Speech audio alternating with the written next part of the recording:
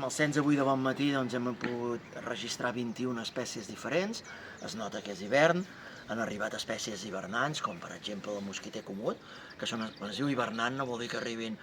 amb l'escudella de Nadal i el xampany, fum, fum, fum, sinó que vol dir que venen en època no reproductora, és una manera ràpida. I tenim el mosquiter comú i tenim altres espècies que venen a passar l'hivern. A part d'això, amb aquesta bonança i amb aquest sol, doncs ja fa que algunes espècies ja comencin a activar-se sexualment.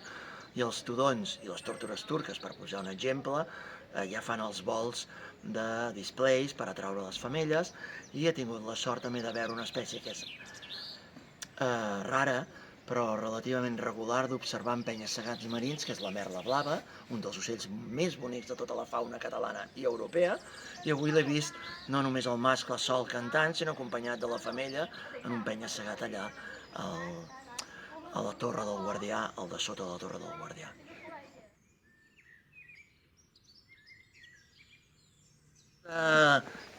S'acosta a finals d'any, ja és moment de fer balanç, no? Balanç de l'any, que hem fet aquests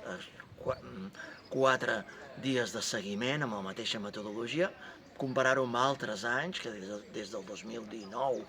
fem aquest seguiment, però al mateix temps d'agafar, ara que tenim una base de dades històrica,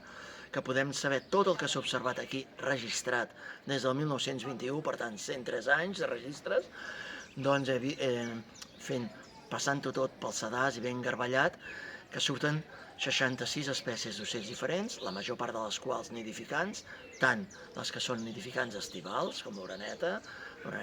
corrogenca, la puput, com els sedentaris. Venen a ser, encara he d'acabar de polir les dades, uns 55 espècies que han niuat o niuen en aquest tall de Catalunya, que és el Mar i Murtra, envoltat amb bosquines del Castell de Sant Joan i els penya-segats al litoral, unes 55 espècies, que ve a ser aproximadament un 25% de les espècies que fan niu al país, des del Pica d'Estats fins al Delta de l'Ebre,